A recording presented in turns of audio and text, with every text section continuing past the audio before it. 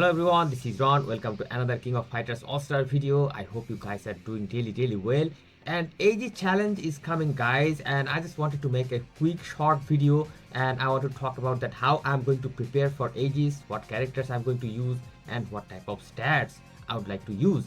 And of course, I just woke up, guys. I'm feeling very weird because I slept kind of at 6 a.m. in the morning. I finished my first machine learning project. It was a big challenge for me, but finally it worked out. But anyways, guys, first thing first, about AEGIS challenge or in any game mode in general. First thing first, if you want to enjoy that game mode, or if you want to enjoy that game in particular, first condition is you should feel worthy. That means you should feel something that the game mode that you are playing or the efforts that you are investing is somehow giving you some sort of benefit. If you don't feel it, then it's a total waste. Now, in terms of reward, this is the highest rewarding game mode in this game. I mean, think about it. Whenever they are going to bring this reward tomorrow, you'll see that you'll be able to get 3,000 freaking rubies. I mean, 3,000 freaking rubies, for God's sake. That's total 3 pulls. We need 900 rubies to make one full 10x multi. That's 10x multi plus 300 more rubies. If you talk about the card banner, that's 5 damn multi. I don't know what other game will provide you this amount of multi on such a recurrent basis. I mean, AEGIS challenge is coming like each and every month on a regular basis. This is such a great feature, guys. So first thing first, I totally feel worthy about this amount of rubies that I'm getting from the AEGIS. Now the second question comes is the gameplay. And I'll be totally honest with you about it. I don't like the gameplay at all. At all. The way it works, I mean, it creates a lot of problem and it creates a lot of obstacles, and to be honest, I don't enjoy the gameplay. Still, in terms of enjoyment, still Guild is my favorite. But guess what? We need those rubies, right? We need those rubies. So in terms of rubies, it is very important. Now, what do you have to do? When you come to AEGIS challenge, you'll see that there's different things going on. What are these things?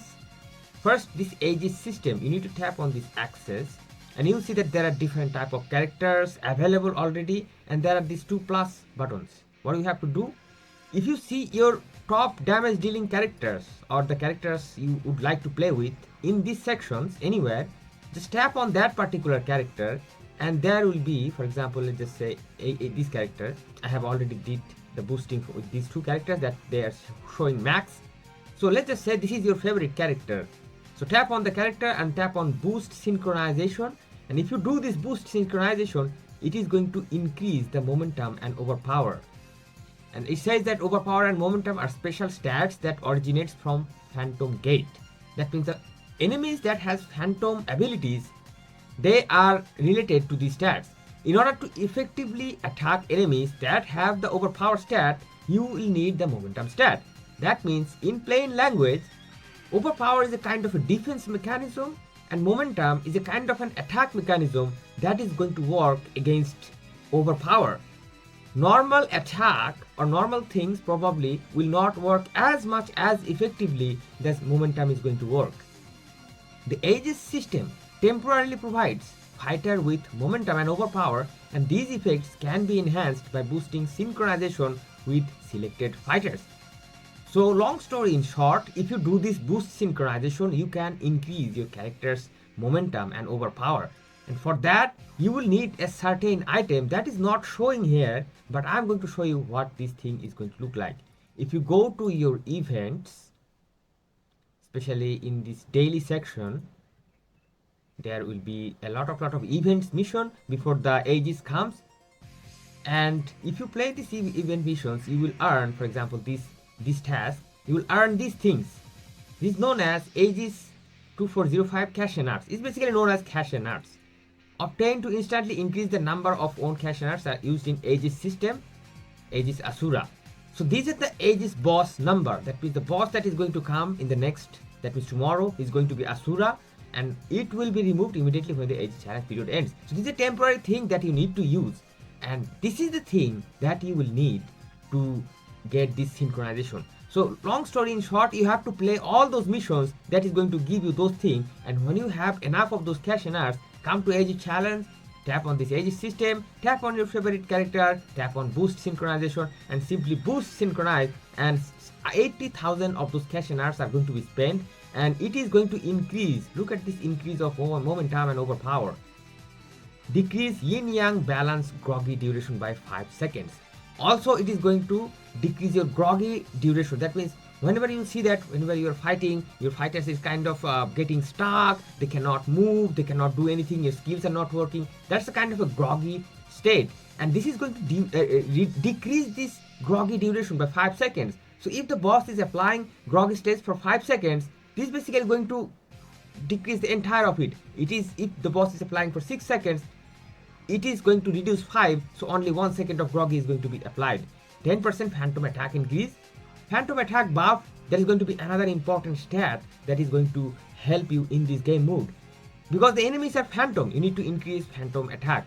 Now I will show you plugins. Of course, there are certain plugins which will increase phantom attack to very high level, but overall, if you add a very high level plugins, they are automatically having phantom attack by default. 72,000 phantom defense increase is going to, phantom defense is another stat which is going to work against phantom attack. Phantom attack is another stat that the boss is going to have, the mobs are going to have, so you need to have phantom defense. Increase overpower and phantom defense by 72% when HP is 70% or below. So this overpower and phantom defense, once again increasing. Overpower and phantom defense are not really too much different. Kind of a defense. This overpower, this phantom defense are kind of all a defense mechanism. Phantom defense is going to defend the phantom attack. Overpower is going to defend the momentum.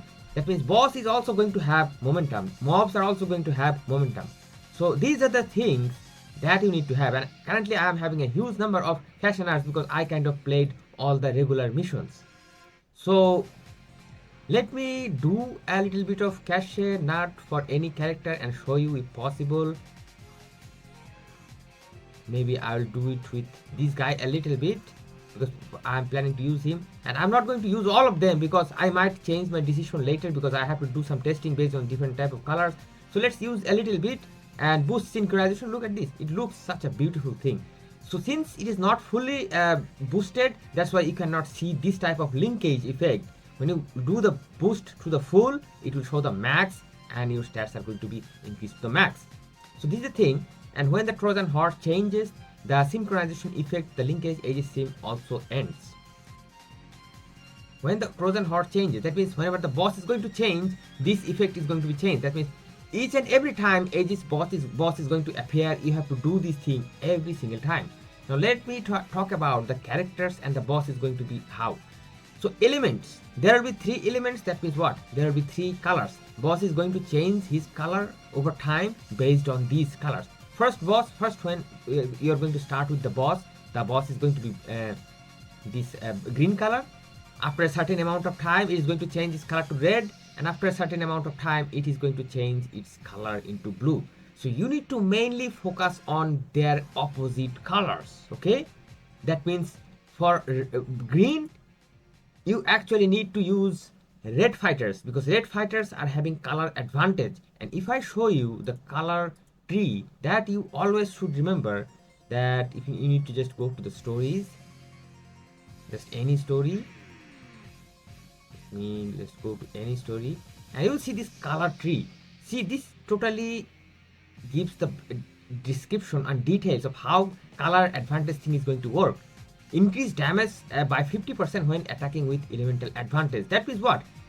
When the boss is green, if I use these red characters, that means for example Kyo, Kusanagi, or any other red character, maybe SF6 Kami White, she's also a red character, you will get increased damage by 50% when attacking. 50% extra damage buff. This is not attack, guys. This is not attack or anything. Simply increases of damage. I mean total damage that you are doing through your attack, through your momentum, through your plugin, through your critical rate, critical head, everything. Entire damage is going to be multiplied by 50%. That's a huge thing, guys. This is not 50% attack or any stat buff. So color, that's why color makes a big difference. So red, use red when the boss is blue, green. So next what we know that boss is going to be when the boss is going to be blue, you need to use purple. That means fighters like Leona, BS Leona, she's a Orochi Leona, Orochi 98 Leona. However, BS Leona is also purple. They made both Leona purple. I mean, incredible. So this Leona, this type of characters is going to do really well against these blue fighters. And finally, what was the other color? I kind of forgot. Let's go back to the AEGIS challenge. You don't really need to remember these things because it is kind of complicated. If you forget this thing, go back to the color tree and just pick up and understand and use those fighters. So next, the color is going to be red. So what we find, if you go to the battle, usually I still cannot remember. Every time I have to just simply go to the stories and remember it once again. Certain colors I totally remember that if the color is like yellow, you need to use green fighters. If the color is green, you need to use purple fighters. So see, green for green it's red, for red it's blue, and for blue it is purple. So this is the thing that you need to follow. Now let me talk about the characters and stats a little bit. So the personally that I'm using, I'll be showing those stats too, whatever the stats I'm using personally. So my main damage dealer is going to be definitely Kyo, because boss is going to be green on the first instance. Of course, I'm going to be using Leona for sure, because boss will be blue, so I'll get this color advantage against the blue boss. And also, the boss is going to be red at some point, so you need to use fighters that is going to get benefit against the red fighters. Who is going to get the benefit against the red fighters? I forgot it again. That's what happens when you wake up all night long. So blue fighters are going to get the benefit against the red fighters.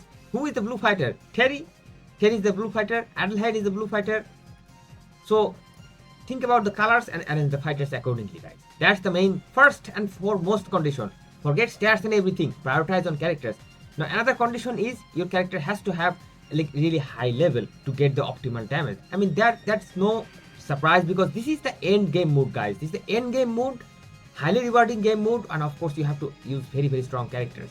Level up fully, use all the imprint stones, battle cards fully maxed up. Now let's talk about the battle cards. Usually I would use this sort of battle cards, which is going to give increased damage to balance type enemies if the boss is balance type. Now what is going to be the boss type? You'll see that whenever the boss is going to arrive, you'll see this type of symbol, attack, or either it can be this sort of symbol which is going to be balance, or either it can be for example, I don't know if there is any defense boss, there can be this sort of symbols too. So based on these things, you need to select your cards that is an entirely F2P free card. That is going to be these cards, the series of cards. This one is going to work against balance type fighter. There are another cards, that means for example this one is going to work against attack type fighters, and there is another one that is going to work against defense type fighters. And trust me guys, these cards is going to increase your damage a lot. Not only that, each and every card is going to give you decreased damage received from defense type enemies or attack type enemies or balance type enemies, depending on these cards. So not only you are doing more damage to the boss, you are saving your character a lot. If your character is suffering from low level or weak build, you'll get it. Now another card, that this option card, it might be debatable. If you are using character that is for example like Kyo, who can spam a lot of skills, I think this card helps a lot, because this is simply going to increase the attack SPD, and we know that we cannot really use any linked striker in AEGIS challenge to increase our attack SPD. So this will do what? Because we know that in AEGIS we have a very short duration, a short window to do the damage. Before that, boss is going to do a lot of things, there will be a lot of mobs, there will be defense mechanisms, so very short amount of time, and you would like to spam as much as skill as possible. So this card definitely helps, but there can be different type of possible cards. Maybe for example this sort of cards, critical hit and critical rate and critical damage.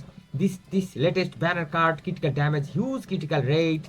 These cards are going to work well. Probably these sort of cards which going to increase the active skill damage, they are also going to work. But guys, I will keep it F2P and I'll be using these free cards.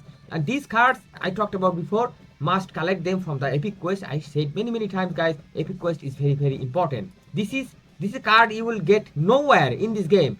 And guess what? See, this exclusive feature is totally free, unimaginable. And another thing you would like to do, if the boss is a kind of a balance type, or if the boss is kind of defense type, only in these two cases you can use these stones, which is going to help a lot. You'll get some HP for sure, but these increase damage dealt to balance defense type enemies by 12%. This is going to convert your entire damages into 12% multiply, and as a result, huge damage buff, guys. I tested without this stone, without and with these stones, with this banner, exact banner stones I tried. But guess what? This free stone is going to be the top priority. Once again, another free feature which is kind of outperforming all the paid imprint stone, all everything. So this is you will be getting from the guilds. If you play the lower stages of guild, normal and easy, there are certain boxes that will give you these things. Also the game probably will send you something for free. Now let's talk about the plugins. And what we learned so far, that momentum and overpower is going to be a very key stat in this game mode. And this is the only game mode where they are directly mentioning that we need overpower, we need momentum. So go to your plugins and select your plugins based on momentum. And let me show you that what type of plugins I'm getting. And let me just remove my face from the way, so you can just check out these plugins, that what type of plugins I'm going to show. This type of plugin that has solid momentum. Okay, solid momentum. There will be different type of plugins that has different type of requirements, like 40% chance to get the momentum or something.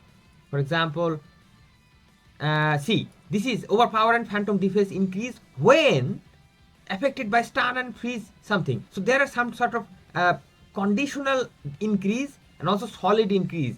This solid increase, this is the best thing, because this is not going to reduce any time, or no matter what you do, this is going to stay all the way. This is going to increase your stat.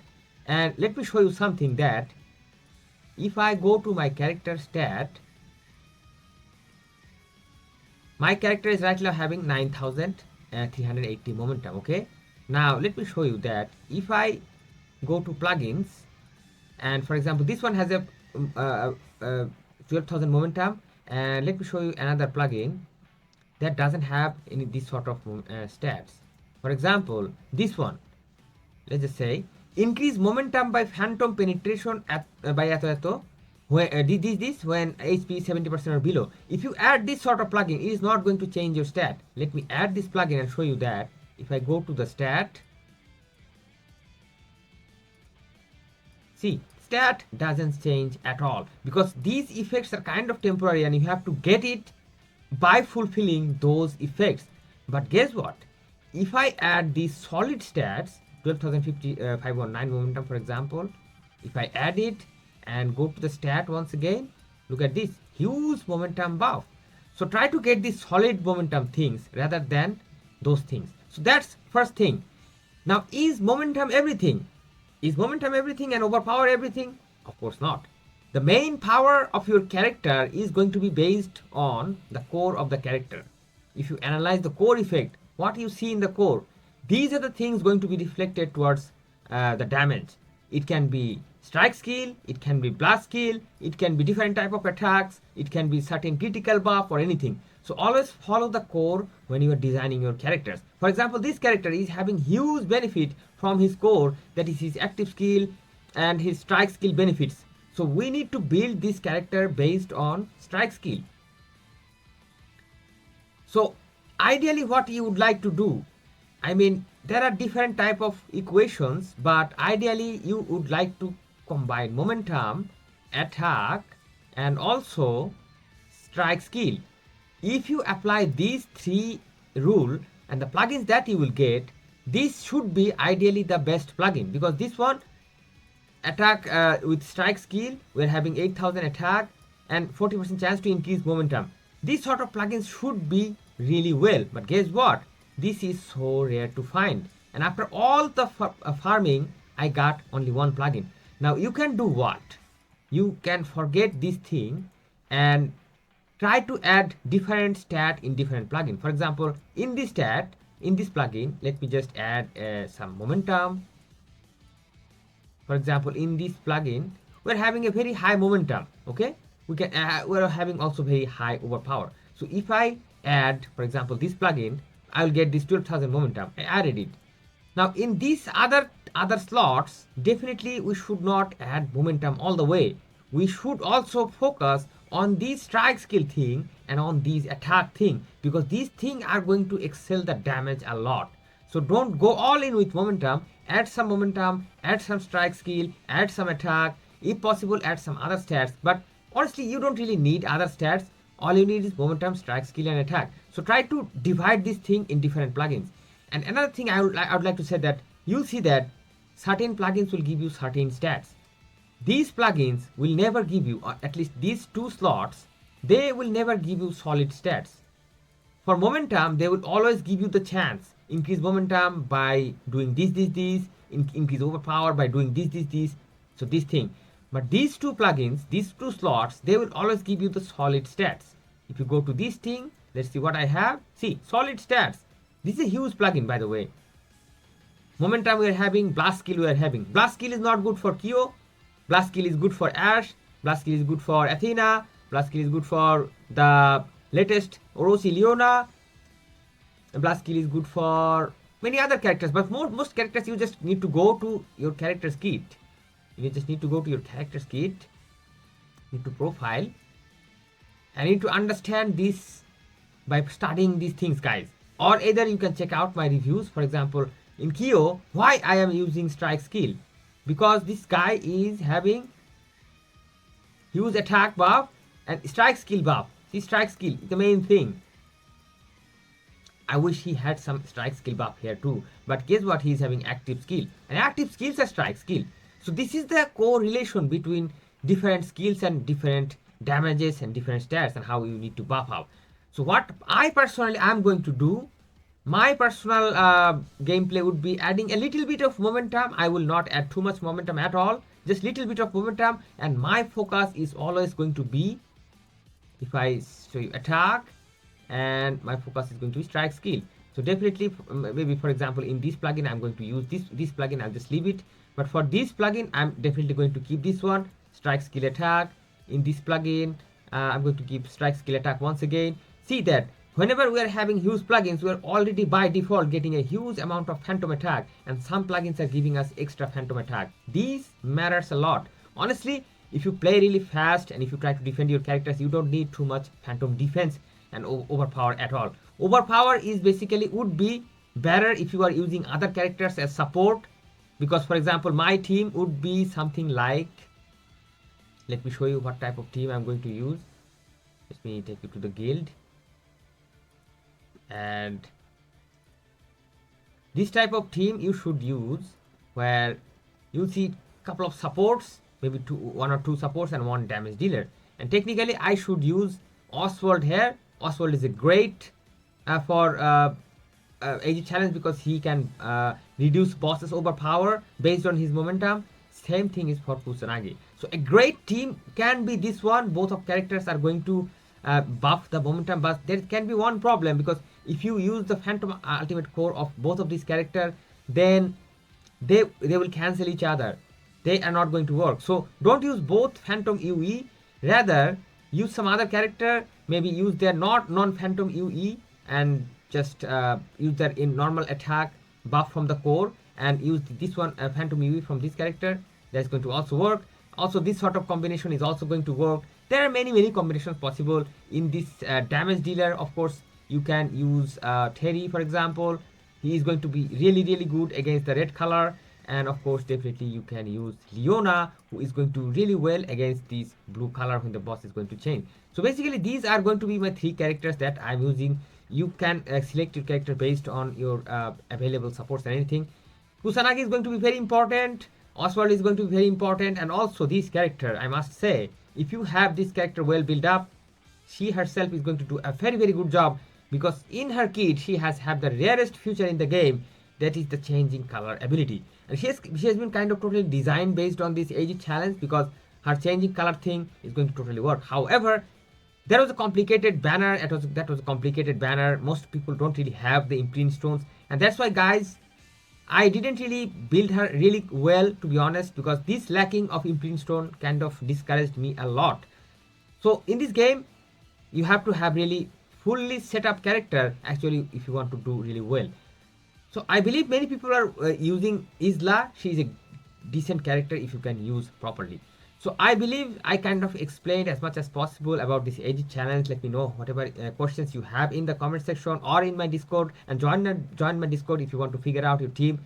I will be more than happy to select the battle cards, select the characters, everything for you. If you just post your information in my Discord, I'll be more than happy to do it, guys. I've been doing this for many years. So thank you. And there are also many experts who can even suggest you better than me. There are even like real pro players in my Discord. You'll see that. So I hope this video was helpful, and let's get prepared and pumped up for the AEGIS challenge, the most difficult content in the game. Let's do it, guys. Thank you so much for watching. Don't forget to support the content, support the channel. I'm definitely happy to see you soon once again in some other videos. Till then, stay awesome and peace out, my friends.